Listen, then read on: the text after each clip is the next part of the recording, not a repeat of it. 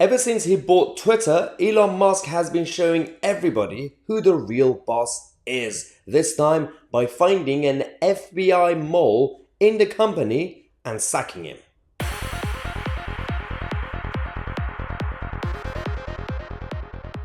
Oh yes, for those who thought that Twitter is now bought by Elon, the whole team has changed. Not fully, and it's going to take some time to essentially do a bit of a reform and modernization and finding the relevant moles, including some people who are working closely with the FBI and fighting against Donald Trump, President Trump at the time.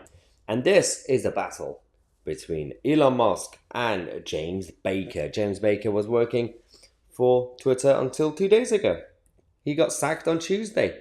He was in charge of essentially going through the legal process and making sure that everything's fine with the release of the Twitter files. Now, for those who have not been familiar over the last week or so, Elon Musk, with the help of some journalists, have been releasing the inside scoop stories and all the Twitter files, secret Twitter files, that essentially proved that the big tech platform were trying to prevent a 2020 Trump victory, and they worked with Team Biden to make sure that they win the election. Now that was exposed. They released the first batch of the Twitter files. Now Matt Taibbi, who was the guy who released them on last Friday, and he said actually on Friday we did release the first installment of the Twitter files. We expected to publish more over the weekend. Many people wondered why there was a delay. Well, we can now tell you part of the reason. On Tuesday, Twitter Deputy General Counsel, who was a former FBI General Counsel, Jim Baker, was sacked. Among the other reasons, well, vetting the first batch of Twitter files without knowledge of new management. So essentially, Mr. Baker, who was in charge of the legal team, he decided to vet the Twitter files that were supposed to be released, the second batch throughout the weekend, last weekend.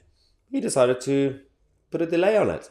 But he didn't tell Elon Musk, the CEO. He didn't tell the actual owner or the senior management of Twitter, because he clearly wanted to do a bit of a cover-up. Now, this is not really the first time we've seen recently the establishment coming for Elon Musk. We've had the European Union going after Elon and Twitter, trying to put more restrictions on the website.